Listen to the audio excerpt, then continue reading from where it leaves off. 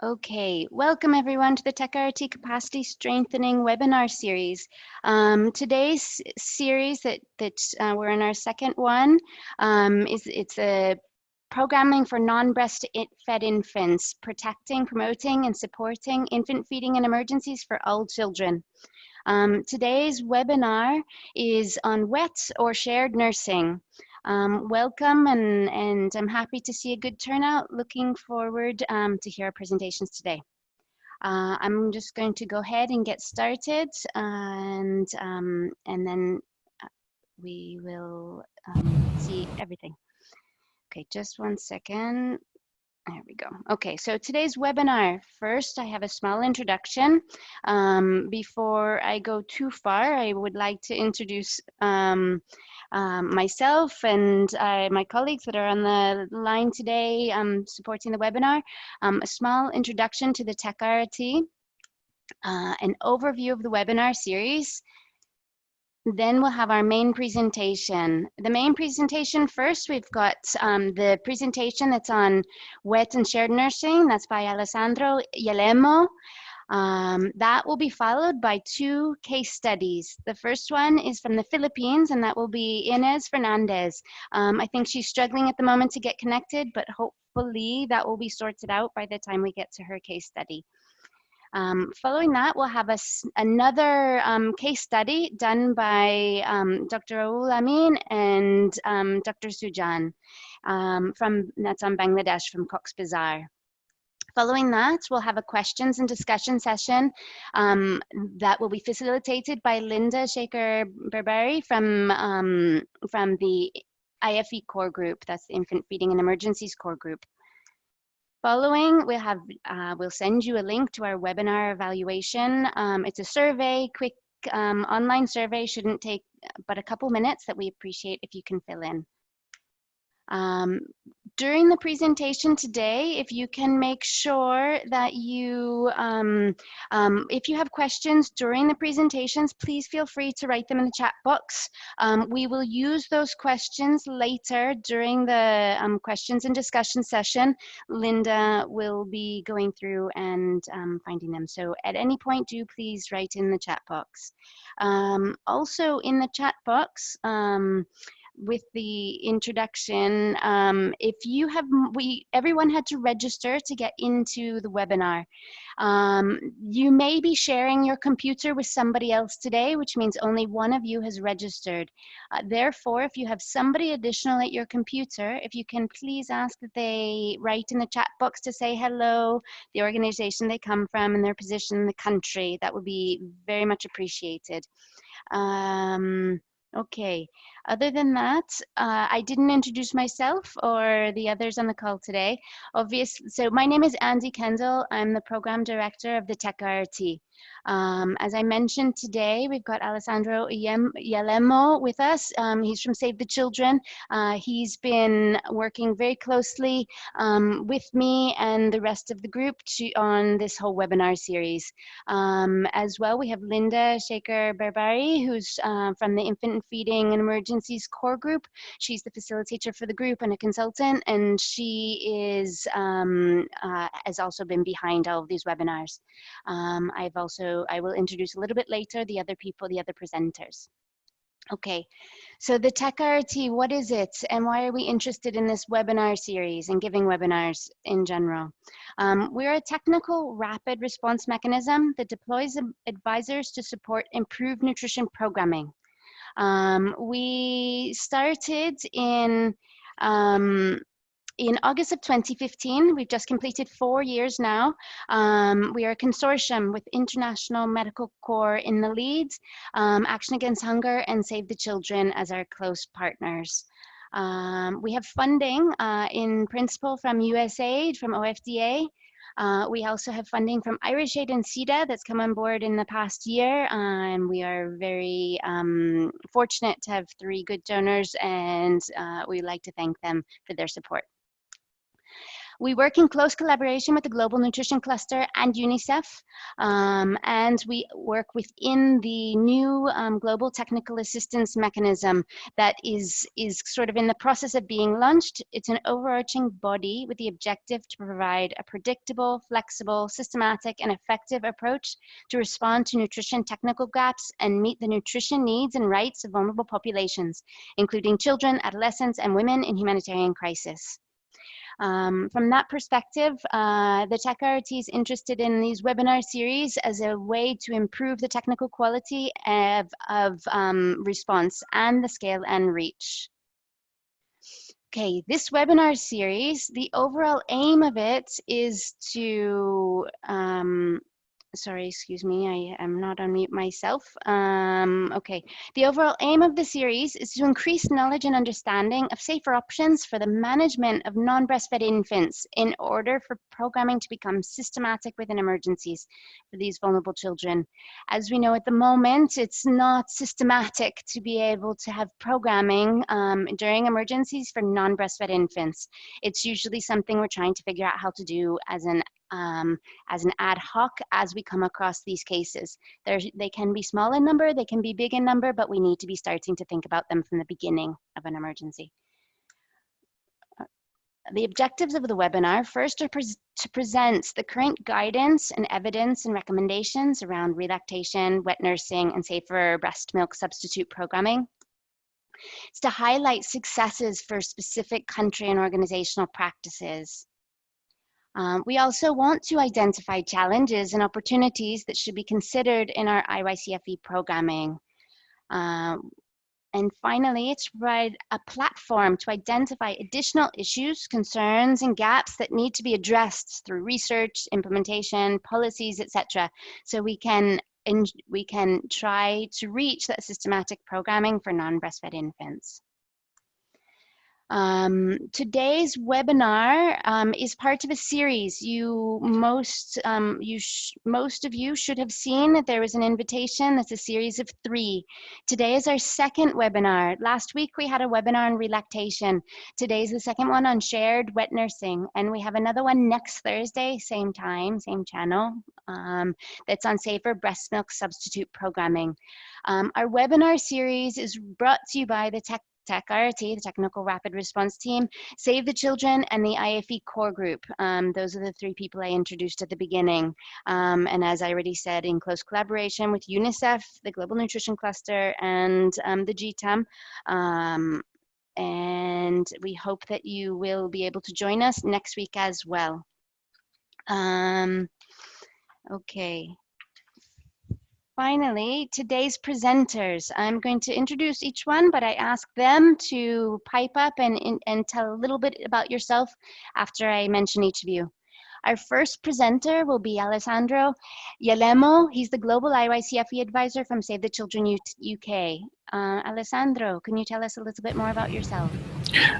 Thanks, Andy, and thanks, everyone. Yeah, I've been working in the area of infantile and child feeding for the past 15, 16 years between development and emergency context. I would stop here. I think many of you will know me, and yeah, maybe more time for the presentations. Thanks, over to you. Thank you, Alex. Our second presenter will be Innes Fernandes, and she's the Executive Director of Arroogaan. I apologize if I haven't said it very well. Innes, I understand that you're on the line now. Would you be able to tell a few words about yourself, please?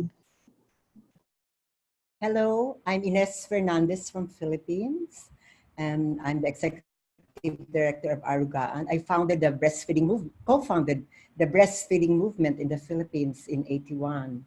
And I would be happy to share my experiences. I walk by talk as a grandma wet nursing. Wonderful. Thank you for that, Innes. We're looking forward to your case study that you share today. Our second case study is going to be given by 2 people. The first one is Dr. Ruhul Amin. He's a technical advisor in nutrition from Save the Children International. Ruhul, can you please say a few words about yourself, please? Thank you very much.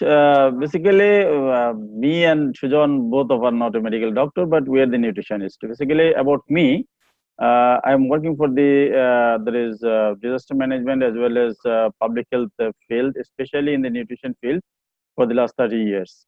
So in Bangladesh, and currently I'm working with Save the Children in the nutrition program. So we are very familiar with there is here in there is Rohingya response issues, and there are a lot of there is non-breastfed children we are managing. So Wonderful. this is okay. This is all about me. We are the nutritionists basically. Great, wonderful. Thank you, Dr. Ruhul. Now I will introduce Dr. Sujan. He's the Senior Program Manager for Nutrition, also from Save the Children International. Dr. Sujan, would you mind saying a few words about yourself to introduce yourself, please? Hi everyone, this is Sujan from Cox Bazar, Bangladesh. Basically, I'm a nutritionist and I'm working with Save the Children from the beginning of this response. I have been working since November 2017. Thank you, everybody. Wonderful, thank you for that. Okay, now finally, before we get to the main presentation, we will, sorry, I have put one in the wrong spot, but I will tell you about it now. The questions and discussion session. We'll have questions to be selected from the chat box by Linda when she comes on. And so please type in the chat box any questions or comments you have during the discussion. Linda may ask you to say your questions out loud, so please, or elaborate on any of your comments. So please be ready for that. If you're unable, if your mic isn't working, don't worry too much. Okay. I'm going to hand over now to Alessandro Iellamo to do the initial presentation on wet nursing. Over to you, Alex. Thanks a lot, Andy. May I just ask if I come in clearly? Do you hear me well? Yeah, we are hearing. Okay. Before I start, I really would like to thank some other people that have been, some colleagues, and that have been very helpful in putting up this presentation. Anshuli and Caroline Gribel, Anshuli Palmqvist and Caroline Gribel, as well as Mia Weyers from CDC. So thanks a lot. So what you will be going through with me today is actually the product of this collaboration, and I would also say Andy. So it's a lot of minds that try to package key messages that we hope will be beneficial and helpful to all of you and all of your teams and agencies. Next, please. So the objective are basically aligned with the objective of the whole series, is really to understand what is the guidance, what is the evidence, and what are the recommendations around wet nursing, is to appreciate, and I think it's very important that we find the time also to do that, not to look at how countries and organizations are able to implement or to comply with such a guidance, but to look at some of the challenges that we may all face, or we are facing, but also what are the opportunities for our programming, and how can we improve the infant and child feeding and emergency responses.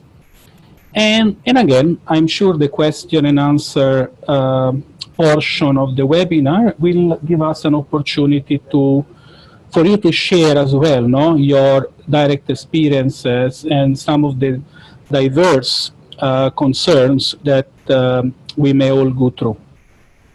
Next, please. Let me start with a simple message. Wet nursing is really an ancient practice. Several papers, several studies have shown that it goes back 2 years before Christ or even more. It has been practiced for different reasons, culturally different reasons, led by different type of societies, managed in a very different way. But bottom line, I think, is really to understand that it's something that has been there. Maybe you can mute the mic, please. So it's a practice that has been there and has been driven by different motivations, or either the need or the comfort, but it's something that has been documented across the centuries. So it's also very interesting. I think it's a very interesting thing to keep in mind, that we are not rediscovering, or it's not a new technology, but it's something that cultures in countries and regions have been embraced for a very long time. Next, please. First, let's try to define it. And one of the definitions we are more or less comfortable with is wet nursing is a practice of a woman that is feeding a child that is on her breast, but a child that is not her biological child.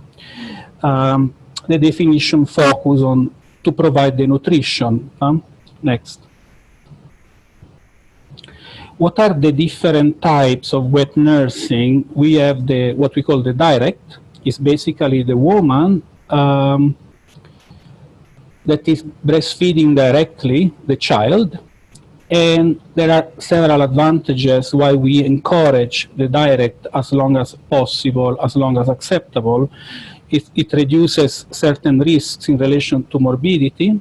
Also because the indirect, the milk expression, expressing and donating the breast milk for another child requires items, gadgets that will need cleaning, storage, and also because the direct, the breastfeeding, the act of breastfeeding another child certainly add additional advantages linked to the comfort, the care, that the child feels, the bonding. The indirect, as I was telling you, is basically the method of expressing your breast milk and donating it to for another child. This may be very relevant in a situation of high-risk infants, for example, when the child when a newborn may be too weak to be able to suckle from the breast. Next, please. Okay, let's frame, just trying to meet our objective. What are the global recommendations around wet nursing? Next, please. But before going to the specific recommendation, I always like to firm up a concept for all of us working in emergencies and also non-emergency context. We have our mandate, our responsibility, our obligation, if I may say, is to protect, promote, and support appropriate infant and young child feeding and breastfeeding in particular for all infants and young children. And this is a reminder that the global strategy of 2003 is giving to all of us. And in section 19, you will find this very important statement. Infants, also those infants that are not breastfed, for whatever reason, should receive special attention, not only from us, from the health and nutrition workers, but what we call the protection system, the social welfare system. There is a recognition of the high risk. This is a very high risk group. So the series is really trying to enlighten us, to guide us on one, recognizing, acknowledging that this group exists in development, in an emergency context, and we have a responsibility to provide them with the needed support. Next. The same global strategy that I personally consider the mother of all the recommendations around infant and young child feeding recognizes wet nursing as one of the situation that is considered as a best alternative. So when the child cannot be breastfed or should not be breastfed, then there are several best alternatives. And as you can see, wet nursing is one of those alternatives. Another thing I would like to emphasize on this slide is the best alternatives are always related to breast milk feeding. And only when any of those alternatives are not possible, are not feasible, breast milk substitutes, BMS use, is seen as the very last option, but always considering the individual circumstances, the contextual, the circumstances around the family, the community. But also it's very important for us to be reminded that the gold standard remains breastfeeding and breast milk feeding as a second option. Next, please. Also, in a recent document issued by the World Health Assembly, by the World Health Organization, the model chapter for health professionals, in the definition of exclusive breastfeeding, even infants that receive only breast milk from a wet nurse are considered or should be considered exclusive breastfeeding. That was a major an important statement that recognizes that we can still achieve exclusive breastfeeding also through a wet nurse, as long as this is the only source of breast milk and only source of nourishment by the infant. Next, please. Where are we today? As I said, wet nursing is a very ancient practice. Whatever has been documented is across cultures, across continents. What we are seeing today is a phenomenon that moved from the wet nursing traditional way, if I may say, to something more progressive, more modern, that maybe some of you or some of the countries where you are based has already been seen blooming. Is the internet-based milk sharing. Next. And there has been somehow a growing number of organizations or networks that promotes and calls for women to share breast milk across even continents, across countries, with the main objective to support those infants that may not be breastfed or may not have been able or may not have a mother to breastfeed. But basically it's a new phenomena, or not really new, but is a phenomena that is growing very interestingly on how to mobilize support across contexts, across cultures in donating and sharing breast milk. And these are just two examples of the most prominent, if I may say, initiatives. Next. But the same as this interesting and somehow very important initiative of increasing the sharing of breast milk to meet some of the needs of those infants or those newborns that may not be able to be breastfed, has also triggered some major review, according to both by national societies, by international organizations, starting to look into the safety, the safety of these initiatives. And this is a point that I'm sure will come back often in our discussions, But just to say that eventually nowadays, both governments, organizations, nationally, internationally, are looking more and more on how to ensure that this practice is continued and sustained, but in a safe or safer way. Next, please. And what are the recommendations? Now let's zero in our humanitarian emergency context. Next, please. I hope you are all familiar with the infant and young child feeding in emergency operational guidance. And if you are not, please get a copy online or hard copy and make yourself as familiar as possible, because this is really our the foundation should be our foundation for our programming. And there are several important provisions that really looks at wet nursing as, once again, as a practice that may or should be considered in our emergency response. So if you look at 5.11, for example, it's a recognized alternative or safe as a priority alternative when the baby or the infant cannot be breastfed by his own mother.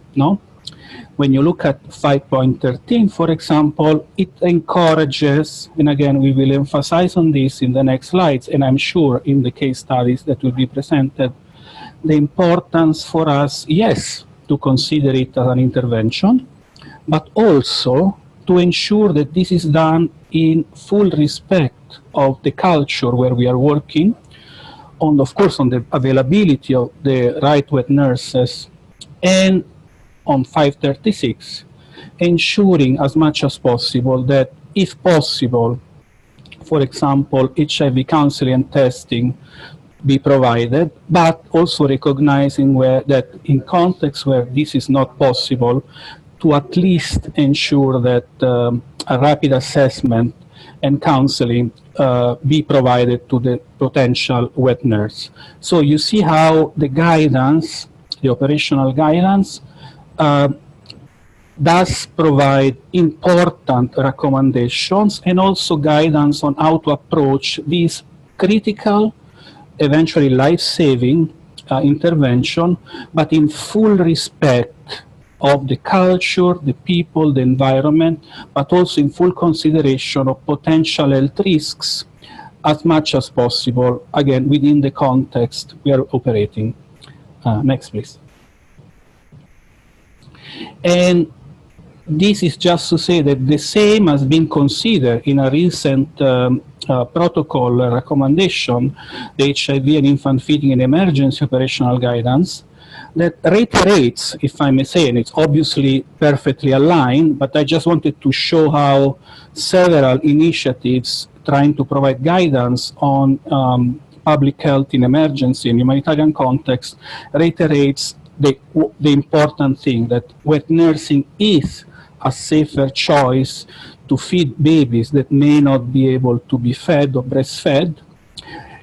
And this is very well spelled out on the question 9, that can be the last life-saving opportunity for the baby as an immediate source of breast milk, that may carry, in certain contexts, a very small risk in relation to HIV transmission, and reiterates the recommendation that if the context allow, if the systems allow, is always encouraged to test, to HIV test and counsel the wet nurses, but if that's not possible, then just to limit to a very, to an assessment, but always being, carrying in mind the concept of life-saving and ensuring the survival of the infant as the main objective of our interventions.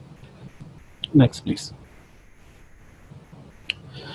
So why should we all consider, no? Or should we all have it in our toolkit, in our portfolio, in our programming, wet nursing as a key intervention during in emergency context?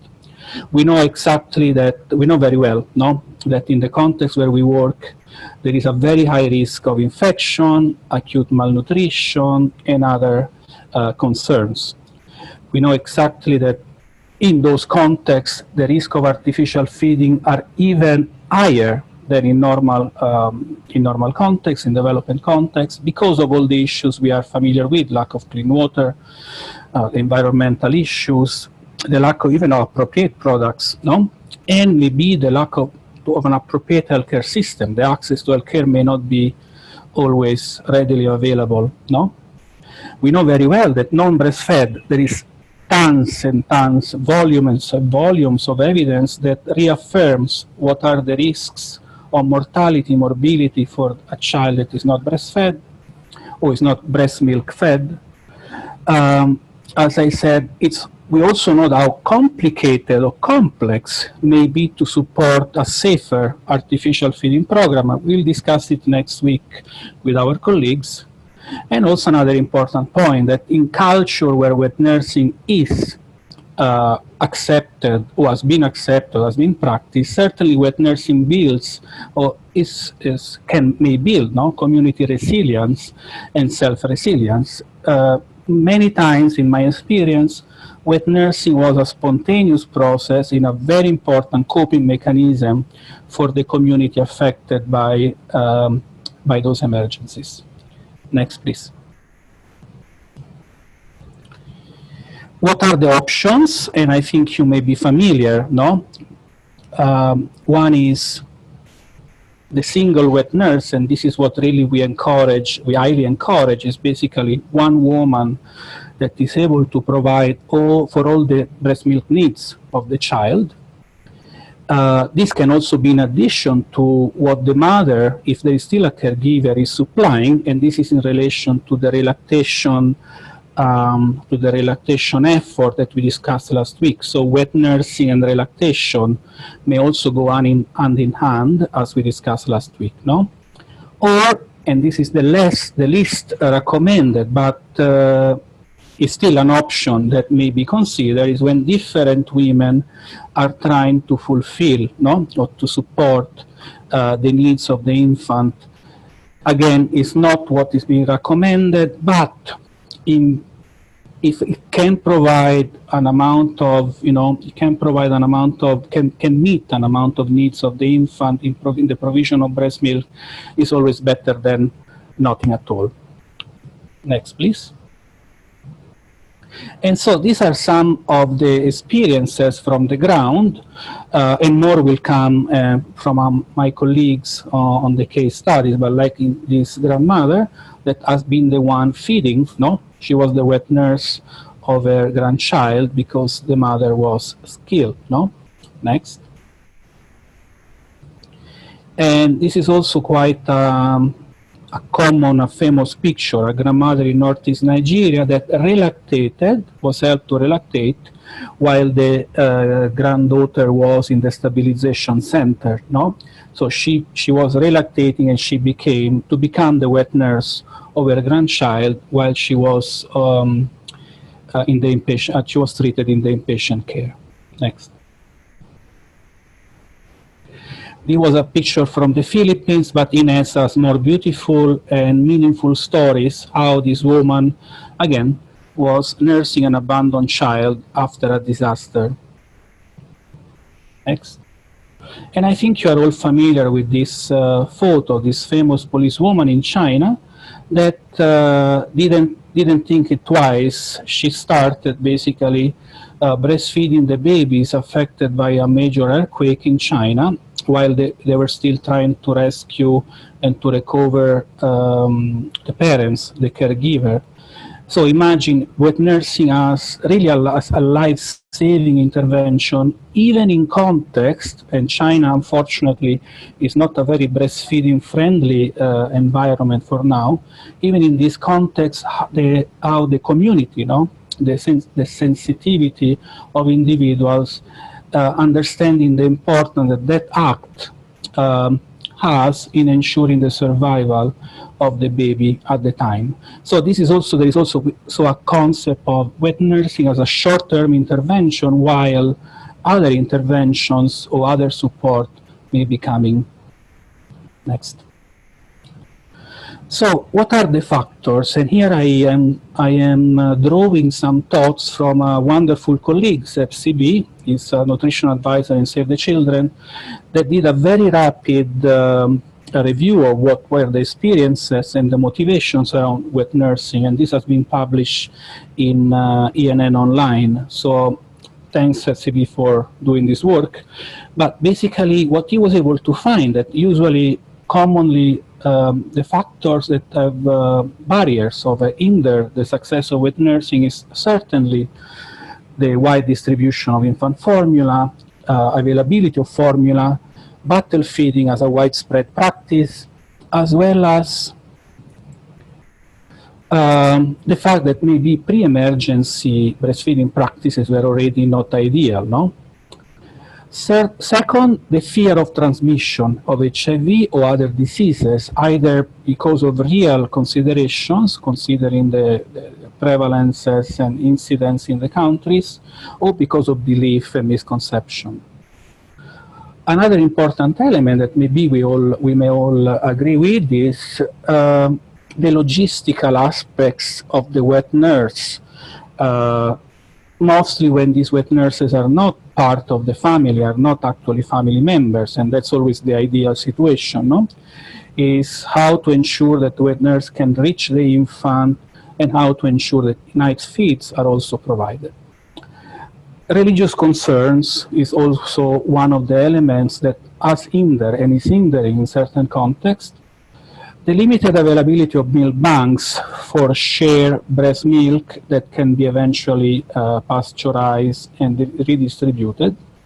And also some resistance sometimes in certain contexts was found from the health authorities or from the health workers, and also the absence of guidelines and protocols that really tells us how to approach wet nursing in a more programmatic and systematic way.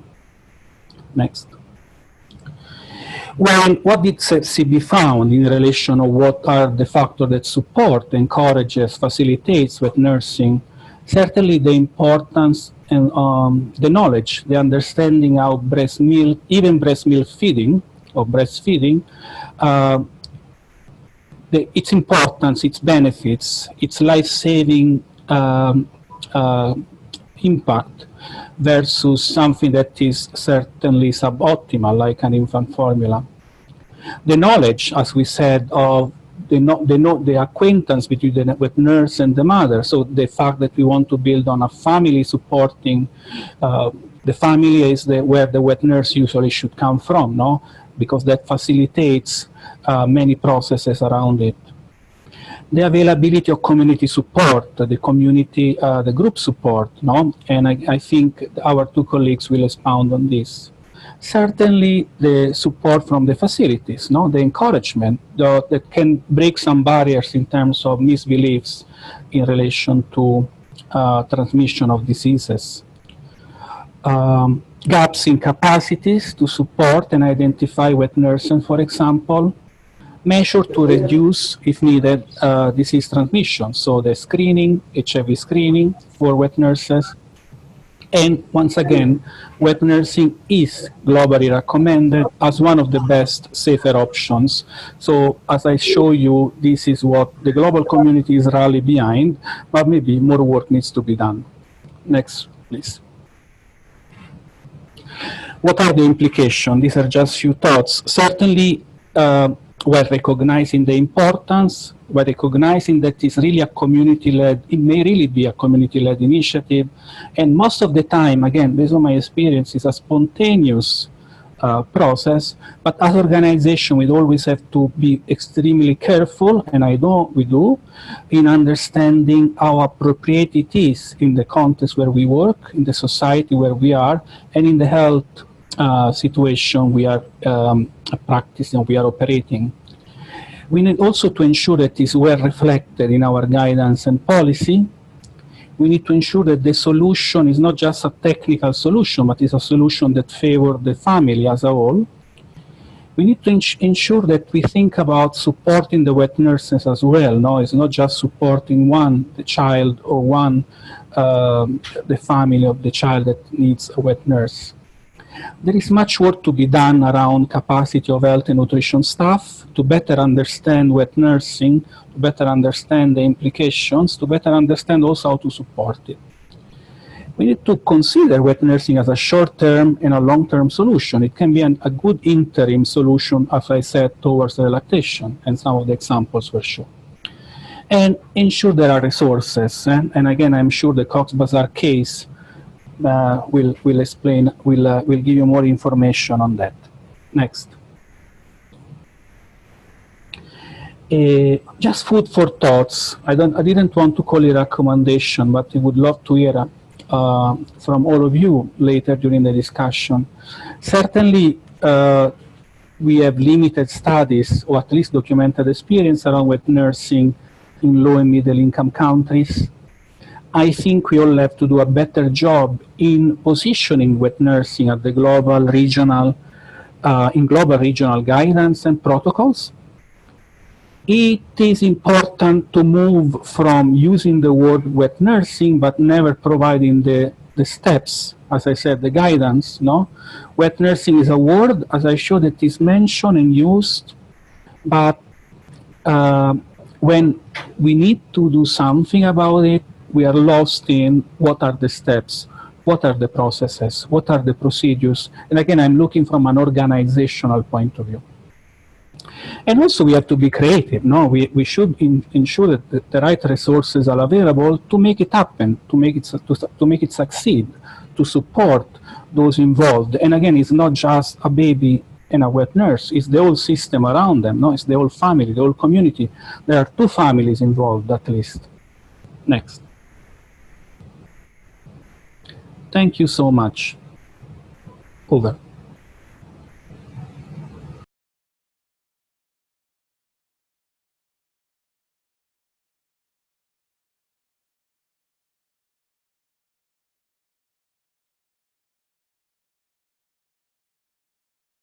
Apologies, I was struggling to get unmuted.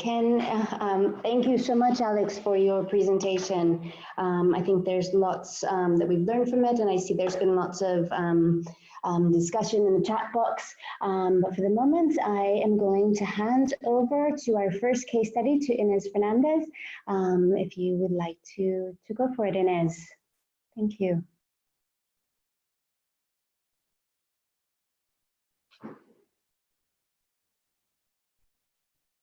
Good evening from Philippines.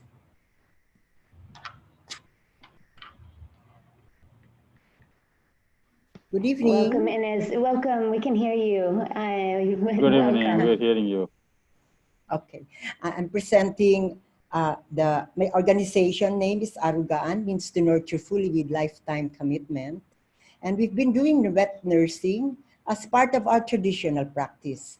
And it is enshrined in our laws, in breastfeeding to protect breastfeeding rights. And it is part of the implementing rules and guidelines of our 3 breastfeeding laws. And we had next slide, please. Next slide. Can you hear me, please? Next slide.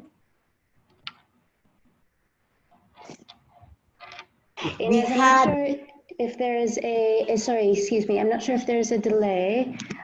Just a second, just to make sure we're on the right one. We should be on this one. Yes. Okay. So we undertook a project with Save the Children, funded by UNICEF, my organization, and we had 5 teams that went every day. So we saw the problems on the grounds that were affected by Typhoon Ketsana, the turbulent typhoon that damages so many lives, limbs, and livelihood. And we found so many babies on bottle feeding, and they are affected by the typhoons. And so we launched this, covering 3,434 moms in 154 areas in 54 days. So we were per team consists of 6, and the 6 is a wet nurse. So we always have a wet nurse with us to show how to bring back the baby to the breast, or how, if moms were devastated, they cannot be found, and it is left with the grandma. So we show how to do it so that the grandma will be able to do it by her own after we leave. Next slide, please. Next slide. Next slide. I think there might be a delay with the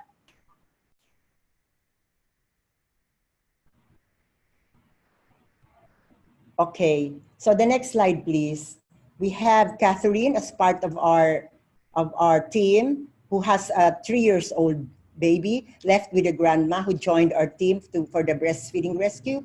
And immediately she saw a malnourished baby, Joseph, and who is on formula fed. And immediately, because she's an expert on breastfeeding positioning and could guide the baby for a latch on, and immediately for the first time, to a 10-month-old child, the baby latched on Catherine, who is our wet nurse.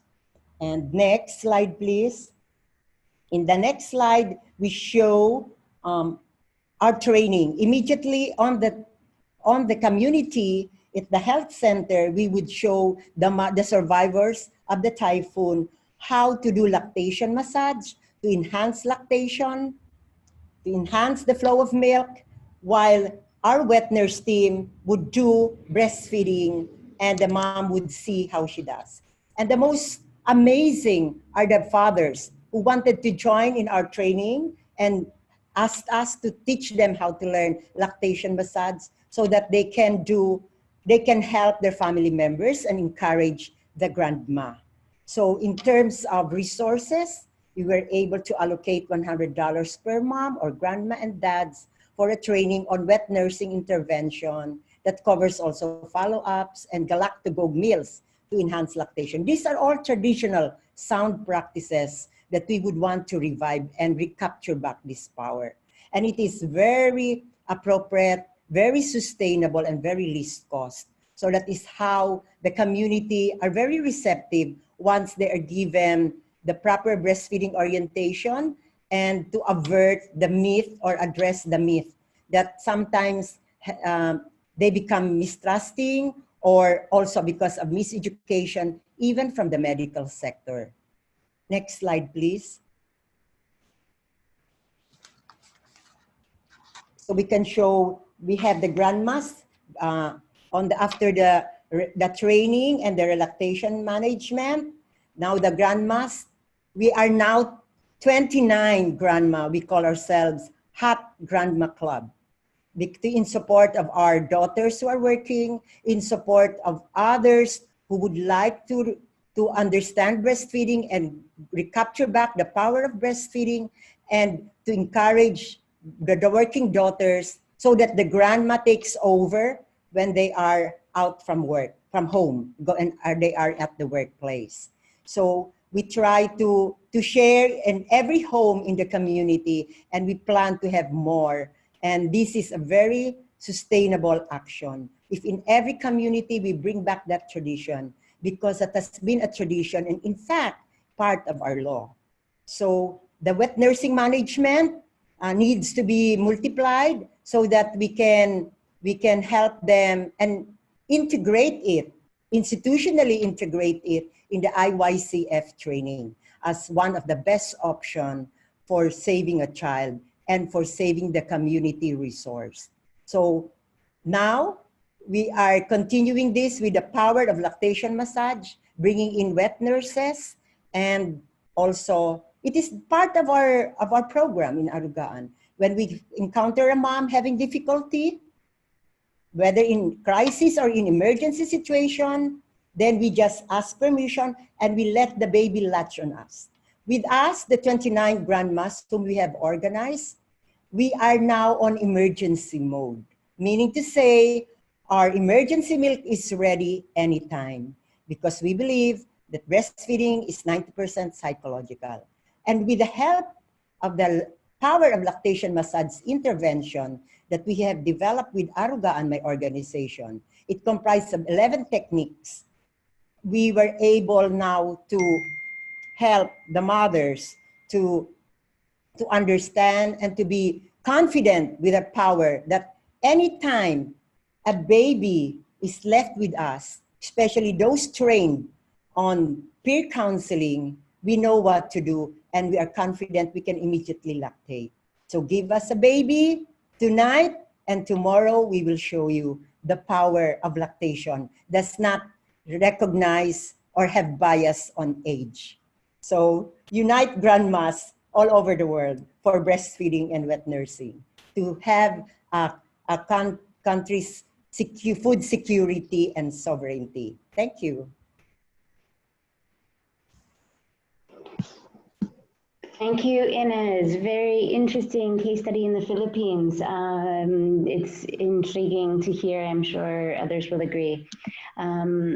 Now, keep writing your questions and your comments in the chat box. We will get to them after the final case study, which will be right now.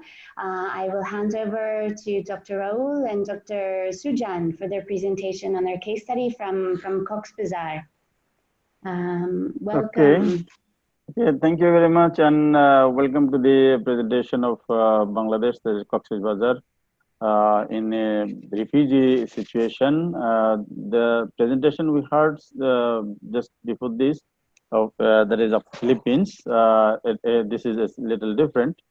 because these people came from there is Myanmar, and they are living in a very or there is neglected situation or very uncomfortable situation, and the community of there is Philippine and this Myanmar people a little bit different. Let us discuss in the next that is slide, please. Next slide. So you see, there is it is more than there is 900,000 people came from there is Myanmar, Rakhine State, and families around more than 200,000, and children under 6 is more than 15,000, and children under 12 months it is there is 30,000. And women and children under 2 years is 61,000 plus, and children under 5 is 169,000 plus. So the UNHCR is regularly updating each and every month, updating the there is population because they have a good system. There is every month they update it. So this is the that is latest figure of August 15. So next, please. We have gone through the situation there is in Myanmar because now they are here. But what was the actual that is tradition of breastfeeding, especially the IYCF-E practices in Myanmar? So you see, there are three. There is in three locations. There are three types of there is information. Whatever it was, we have included here. The initial breastfeeding rate, there is a breastfeeding rate within 1 hour is 58% in Situi. There is maybe districts, and Paukat Tau and Magua is in the last one there is less data, but in second one it is 70%. Exclusive breastfeeding 45 and 73. And no data for the Maua district, but basically from Maua district, the people came here most, and the bottle feeding is 5%, 11%, and minimum acceptable diet there is 46 and 53%, and in Mangwo Dao it is 6.3%. Basically, people came from Mangdong more in this there is Rohingya influx. And minimum dietary diversity, it is 53 in Situi and 57 in Pokto and 8.3 in Mangdong. And acceptable meal frequency is 75% in Situi and 80% is Pokto, and Mangdong it is 54.6%. So the references are given under the presentation. So could you go next, please? So in the last few months back, it is in March and April, we conducted, that is UNHCR and Save the Children jointly conducted an assessment. Actually, it was a basically formal survey, but we call it monitoring exercise because government do not allow us to say like that.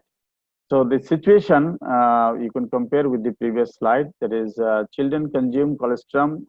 It is 85%. It is good, and pre-lacteals 50-50. So usually they are giving honey, sugar, and sugar solution and mustard oil. These are the main three.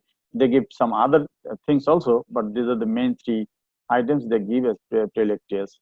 Child ever breastfeed due to 23 months. It is 98%. So breastfeeding practice culture is good in the Rohingya community, and exclusive breastfeeding 63.6%. It is almost similar to Bangladesh. Bangladeshi people also have there is practice like this. And introduction of semi-solid food, it is 50. There is 6 to 8 months, and there are different there is age. So from 12 to 15 months it is 91. 6 to 8 months it is 51. So this is also not bad, but the introduction of semi-solid food is 51%. This is it's not a good culture because the children become malnourished from this point, basically. If delayed, there is introduction of complementary feeding, people get, you all know that that is malnourished. And bottle feeding practice is 11%, which is similar with one of the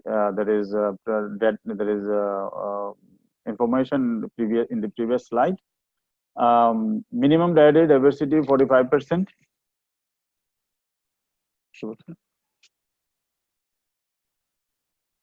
Okay, so minimum acceptable diet is 26.5%. So let's go for the next slide. So findings, basically how we actually manage the wet nursing. First of all, we find out a woman currently breastfed with child, and then advocate and counsel to both families, that is the children, those who is not breastfeeding, and wet nurse. So we provide every sort of support, that is including the psychosocial support, community health and nutrition support. We provide them so that both of them agree to breastfeed the child, and then conduct there is breastfeed assessment, both child and the mother, because whether mother can breastfeed or relactate, or the child accept it, and then assess safe parenting skills and acceptable of new child acceptance of new child member in the family.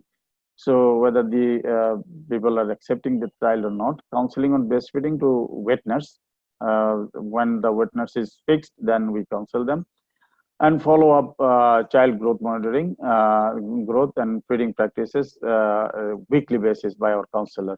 And follow social case workers, that is we have protection department, there are social case workers, we work jointly. And we try first with the exclusive breastfeeding, and we take them with general, we have here general food distribution, we take them for supplementary feeding, so that mother encourage and get well nourished. So we try to sensitize them by to make them clear about beliefs and myths. There are some, we have conducted some, we found there are some myths and beliefs. So we try to clean up them so that they feed the baby.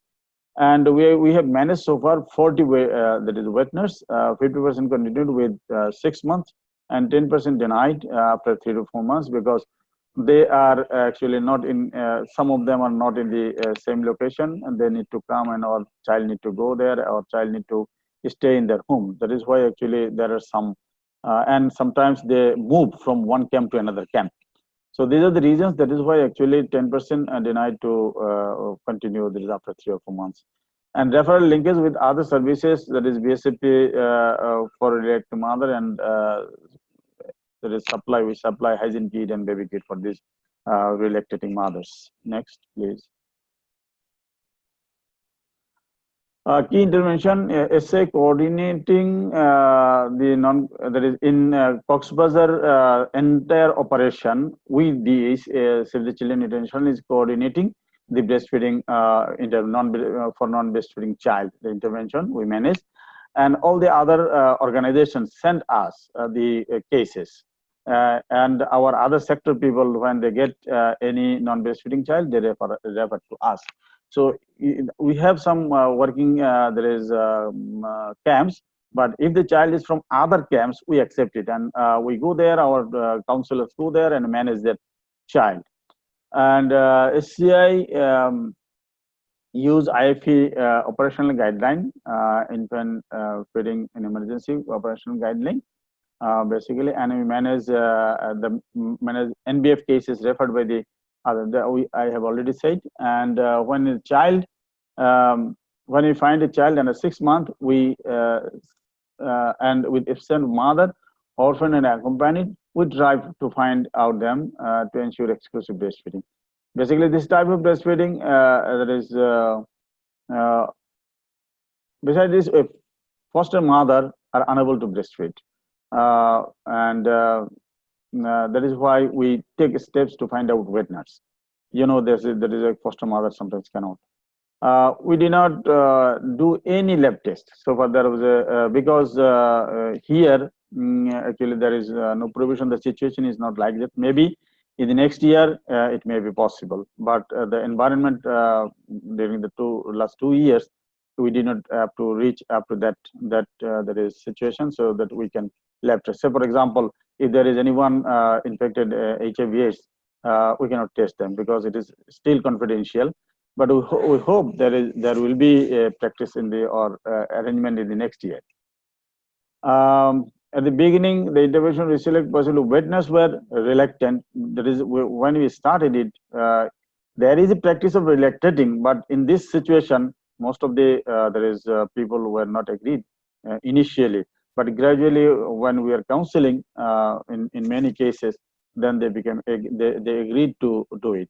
So far, there is we have managed 81 non-breastfeeding child cases, but out of that, 40 are witness. Next please. So the challenges so far we faced, it is difficult to find or manage appropriate lactating mother among the relatives and neighbors. Usually we prefer relatives, and if not possible, it is neighbor, but it is difficult to manage. And non-cooperation of both witness and the families of infant, especially for in-laws. But basically, if they think if someone actually breastfeed other child, then their own child may have some harms to them. So another issue is location. Basically, as I mentioned earlier, there is just if we do not get the sometimes you don't get the just neighbor. So the child cannot actually, or the father or the other relatives of the child do not want to keep them the child to the witness,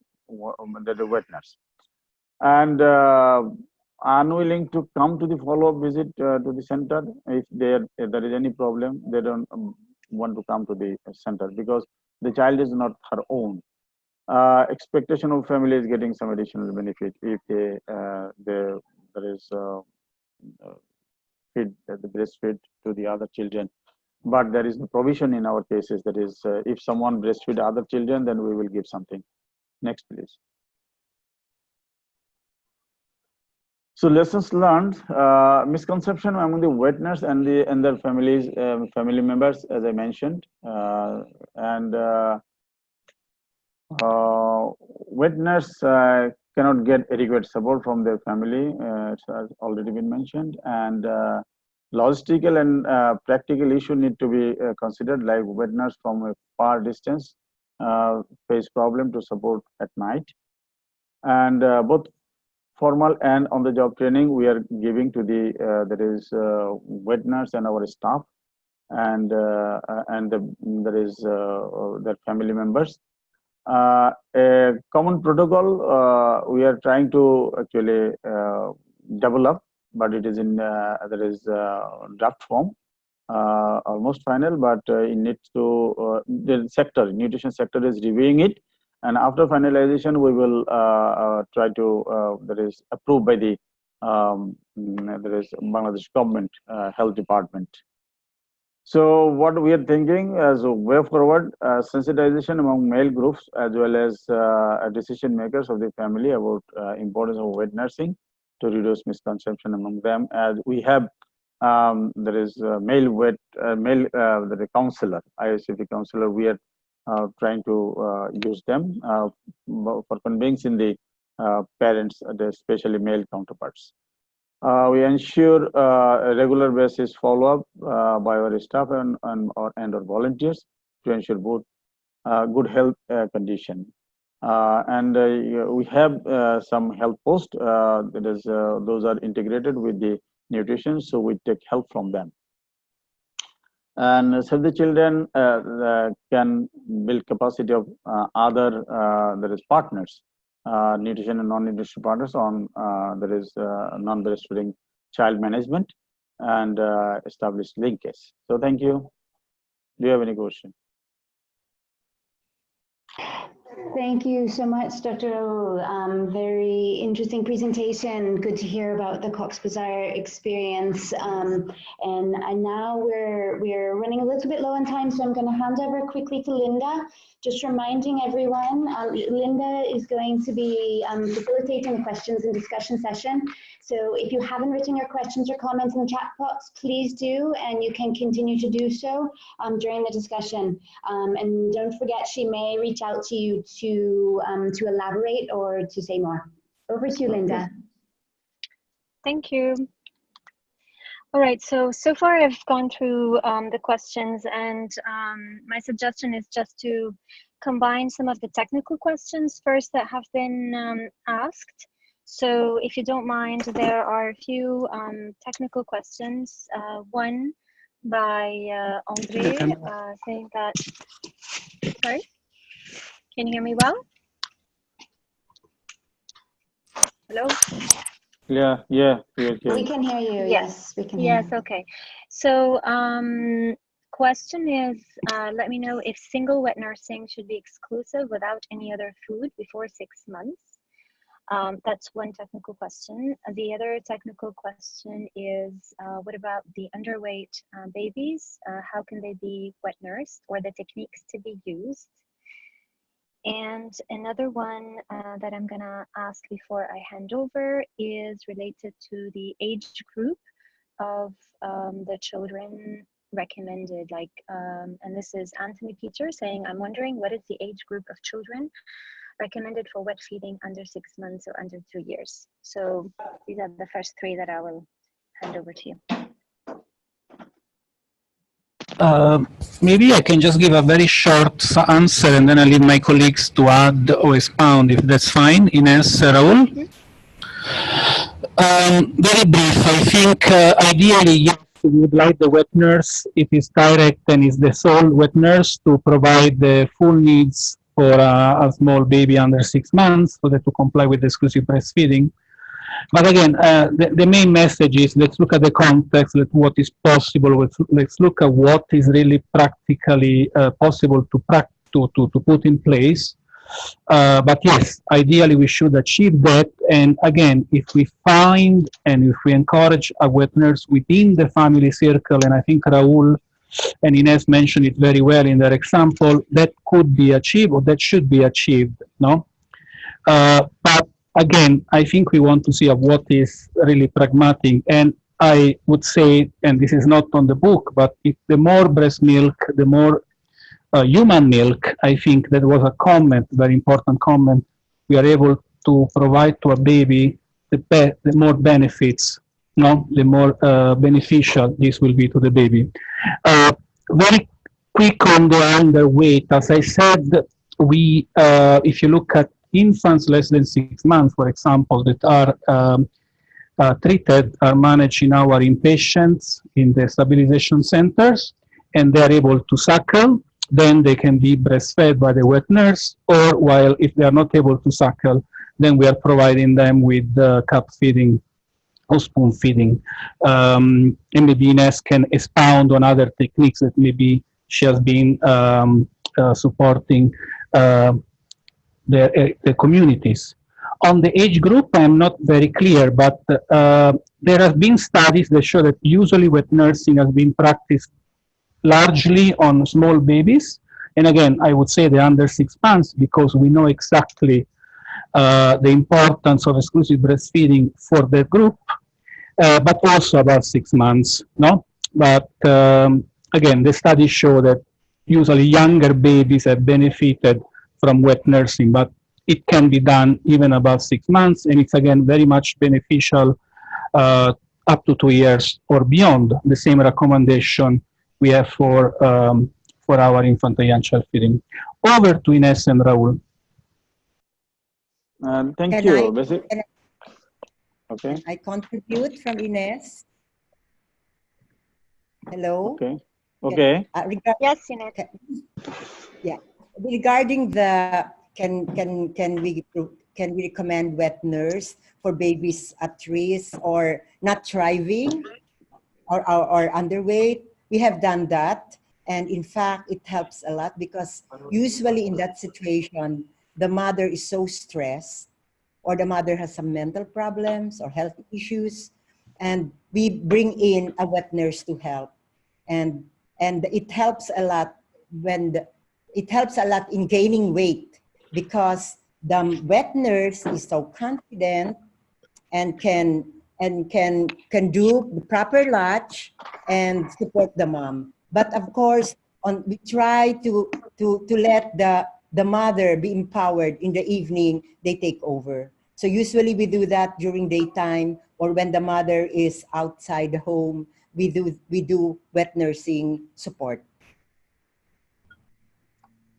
Thank you, Thank Innes. you. There's also, would you like to add anything? Yeah, sorry. Yeah, thank you. Right. Okay. Yeah, basically in Bangladesh, we usually there is cover the there is under 6 months, and in most of the cases we have got the very young children, and we managed there is those who are under 6 months. So after 6 months, the complementary feeding starts, and we ensure basically exclusive breastfeeding up to 6 months. So, and in all of the cases, we got there is younger children, not there is more than 6 months. So, Sujan bhai can add something more. Can I also contribute? This is Innes. Yeah. Hello. Hello. Regarding wet nursing, we have a daycare for babies in support of working parents, and our staff are teenage mom who has not been tapped for employment, and we do that in our daycare. And the teenage mom with her baby do tandem nursing and wet nursing other babies. So we help each other. So it's a community collectiveness of helping.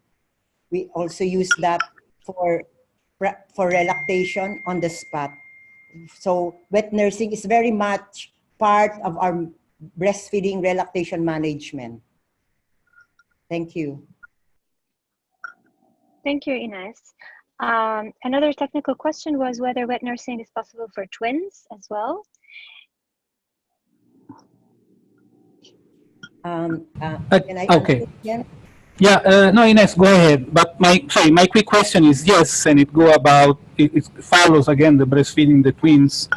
But Innes, please, you can add. Thanks. Yeah, from Bangladesh, actually we managed out of these 40, we managed 120s. So successfully we managed, and there is a case study, and the weight of the twins was very low. Say for example, 1.8 kg. So this type of children we managed, and there are some special attention we needed to pay, but we managed 2 children, that is twin baby at a time, and grandmother children, grandmother person. Thank you. Huh? So paternal aunt actually managed that both the children. Thank you. Innes, do you want to add anything? Yes. We always, when there are twins and the mom is in need because she could not manage for other reason, we always send a wet nurse for help. So among us, breastfeeding counselors who were trained, we are like on 24 hours call. We do that as part of our service in breastfeeding help. So yes, we do a lot with help wet nursing and twins because moms need most help in some way or another, especially if they're by themselves. So it's part of our life. Yeah. May I add something? Basically, basically in Rohingya refugee response situation, we have MSPSS, mental health and there is psychosocial support. So if there is any problem with the psychological issue, whether they will be able to do it or not, so our there is mental health professionals get involved. In addition to our there is IYCF-E counselor and other colleagues. So in that way, actually jointly we managed the protection sector, ME spaces and nutrition. So collectively we work for that is managing these type of cases, and so far we have successfully managed. Thank you. There is a comment on the group also saying that this is a comment and not a question, but I love in the future when we do these presentations that we refer to the ILCA style guideline for working professionals resources and refer to species specific human milk and not breast milk. And I think the presenters have noted that. The second question is from Colleen. It's more operational and saying that these grandmas that have relactated and are ready for emergencies, what is done to maintain supply between the times they are actively providing wet nursing support? I think this is for Innes. Please repeat the question. I did not get it clearly. Yes, so Colleen is asking what is done to maintain supply between the times that these grandma are actively providing wet nursing support. So if they are ready for emergencies. Because the grandma, it's easy. With our group, the grandma, the Hot Grandma Club, because we are psychologically prepared, we are ready anytime, and of course, we consider Galactigo to enhance lactation, plus lactation massage. So it happen, and we do it. That's why we have a continuous breastfeeding preparedness for rescue. And grandma take over, especially those who are very much into our group, and at any time. So it can be done, and it's just a matter of being confident. That's why it's important to have a support group among grandmas doing it. And also beneficial, like an add-on, we look younger because maybe of the stem cell of breast milk. Mm-hmm. Thank you.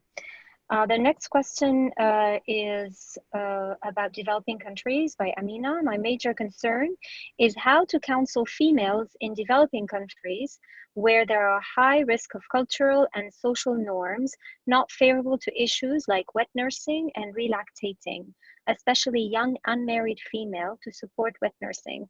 I think also there's another question about experiences of wet nursing in the Middle East, which might also be relevant to this. Yeah, if I can start with an answer, and again, I'm sure my colleagues will be enriching it. I think it's very clear that wet nursing is very much attached to cultural practices.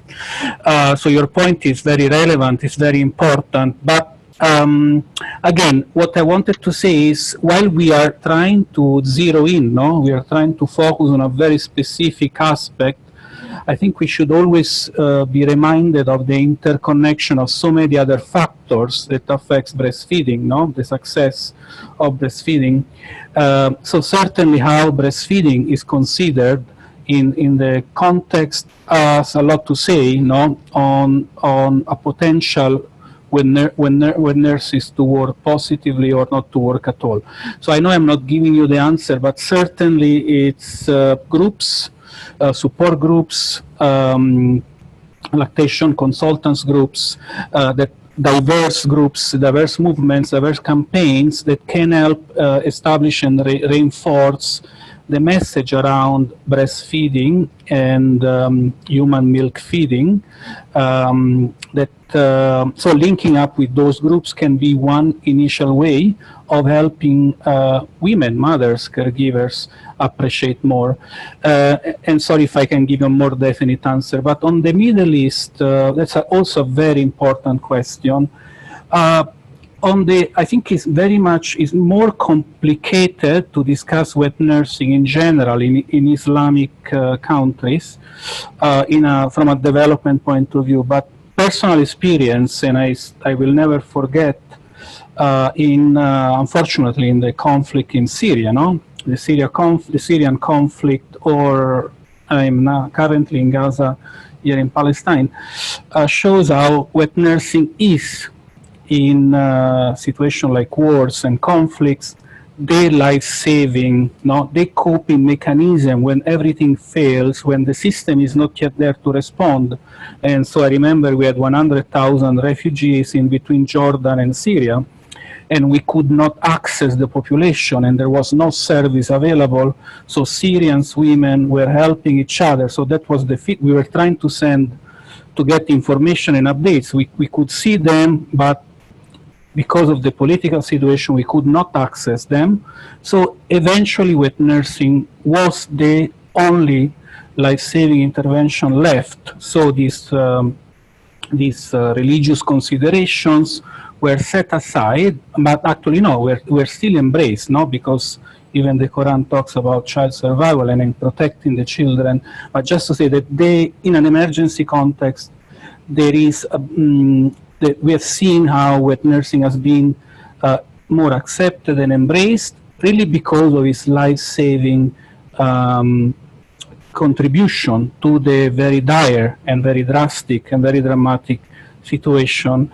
And it helped, as we said in the presentation, build that resilience and build that solidarity among the population that were living a very difficult time, as you can imagine, of their lives. Over to you guys. Thank you, Alex. Okay, this is Ruhul, Amin. Basically, in Bangladesh, that is in Rohingya situation, religiously and culturally, it is accepted. Because, you know, the Rohingya population, 99% are Muslims. But the open training or counseling is difficult because actually they are conservative. And especially the men in this community, that is Rohingya community, are very much conservative. So they don't want to expose their wives or daughters like that way.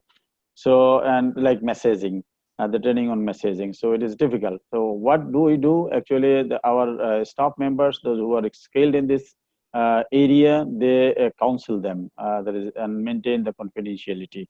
And regarding the there is adolescent, young, unmarried, that is mother or like that, but it is difficult. Basically, it is usually do not happen, but and we all know that that is unmarried mother, those who did not conceive, whatever she is young or there is middle age, they cannot actually that is re-elected.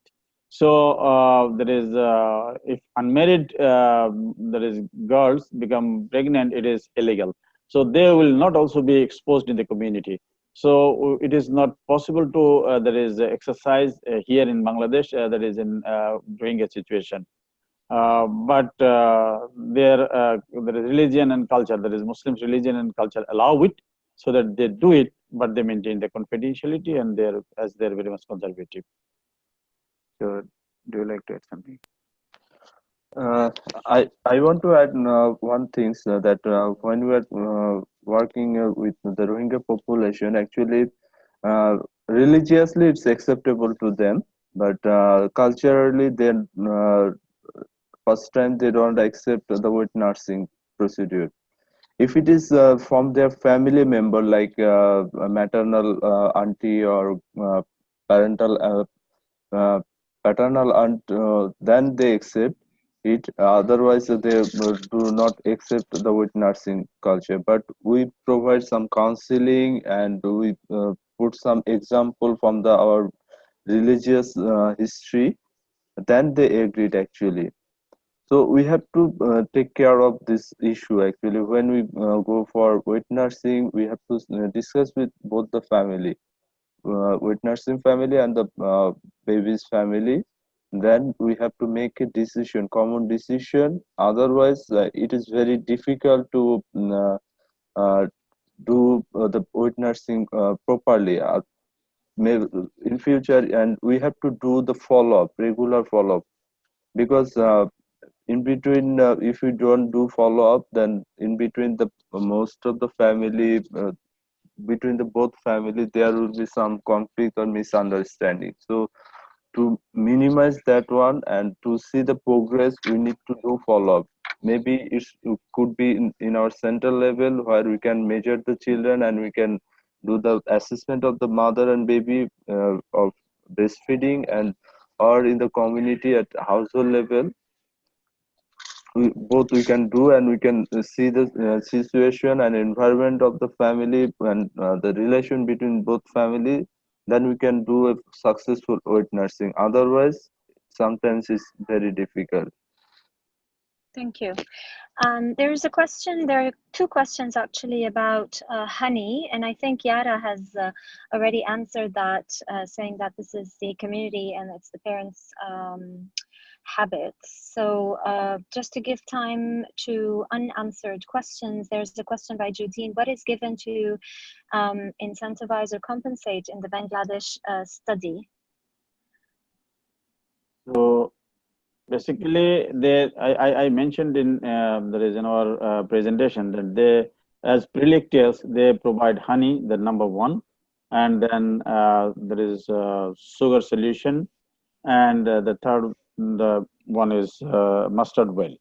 So the beliefs that is of this community, if the newborn that is get honey, then his or her behavior will be sweeter, and his talks conversation will be sweeter in future. So this is the actually reason and for actually giving the honey. So this is the study findings basically.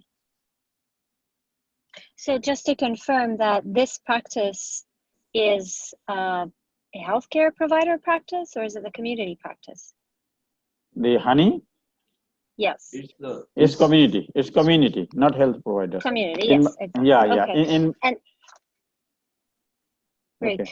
The other question was about incentivizing. What was the incentive given to compensate in your case in Bangladesh? Actually we didn't provide any kind of incentive, just to encourage both the family. We provide baby kit with consist of some clothes for the baby and one cradle or baby carrier for the baby, to encourage. We provide two, one for the wet nurse and one for the baby's family, to encourage them to continue. Actually that's it, we provide only. Mm-hmm. Thank you. What kind of medical screening has been done on selecting a wet mom or grandma? I think this is for Innes. Regarding screening, during emergency, there is no need to screen. The fact that you're face to face with a human person, compared with formula, you don't see the cow, you don't know what's in. So the social diagnosis is very most important. And we cannot also do medical tests because it's in an emergency. But in normal condition, we do medical tests with both parties involved.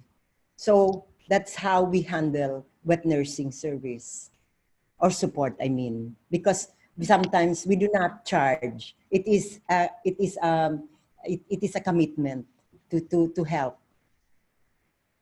Thank you. And from Cox Bazar, actually, we didn't have that much opportunity to do the medical test from the camp, because the refugee people, they don't have any permission to go outside the camp. Only the primary medical test they have inside the camp, so we cannot do the test. That's why we first try to have someone from the family members to whom they can trust, like or the neighbor who is very known to the family from the beginning, even from Myanmar, so they can the child's family can trust on her. Mm-hmm. So may I add something? I want to add one point. Basically, whether mother is healthy or not, except testing the there is HIV/AIDS. As we said, we have there is health post.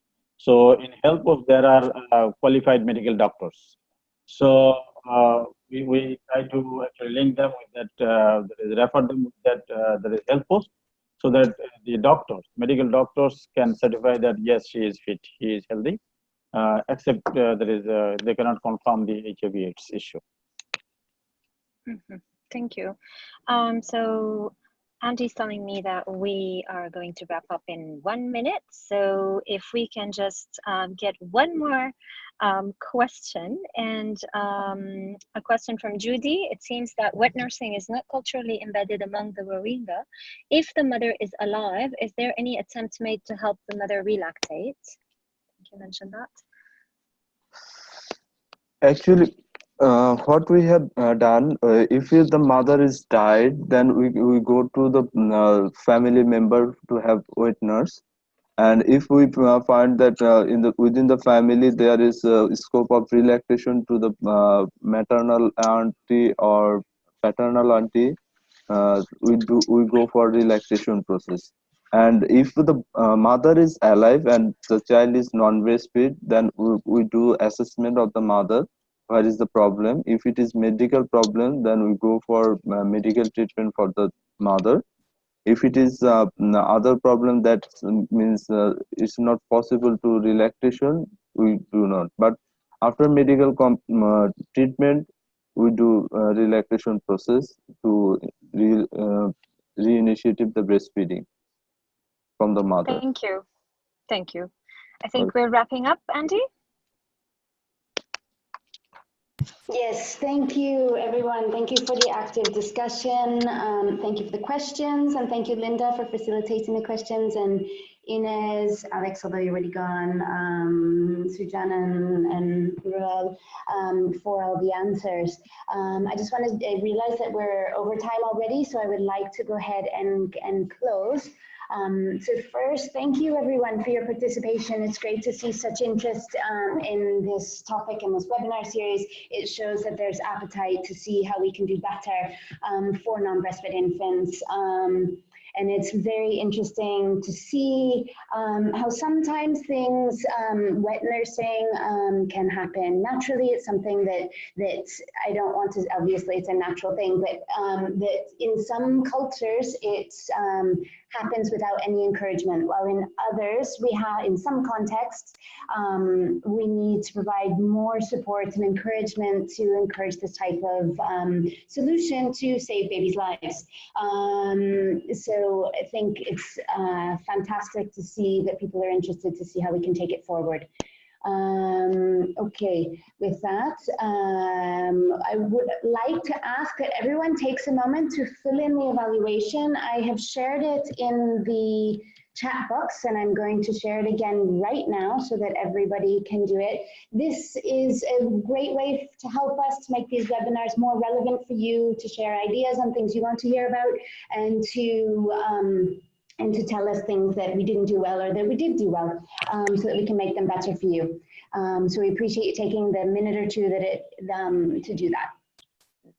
Finally, people have asked if we will share the recording and the slides. We will do so on the TechRRT website when the series is over, and we will share the link with you by email as you are all registered. Speaking of registering, if you are sharing a computer with someone else, make sure to send us your contact details so we can include you in that mail out.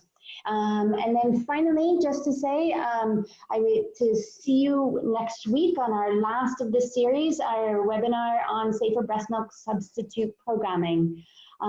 Finally, I know that we had some questions that didn't get to be answered, or you may think of others over the coming while. Please do feel free to either drop us an email or post it on our website on the page, as a comment on the website, and we will try to get back to you. Finally, our contact details are here if you should like to contact us. And I would like to give an extra special thanks to Alessandro, who's unfortunately already gone, to Innes, to Ruhul, and to Sujan for the participation, and of course Linda for facilitating the question and answer session. We very much appreciate all the support, and thank you for coming. I'm wishing you all a good afternoon, good day, good afternoon, good evening, depending where you're located. Thank you so much, and have a good day. Thank you also. Thank you, Andy.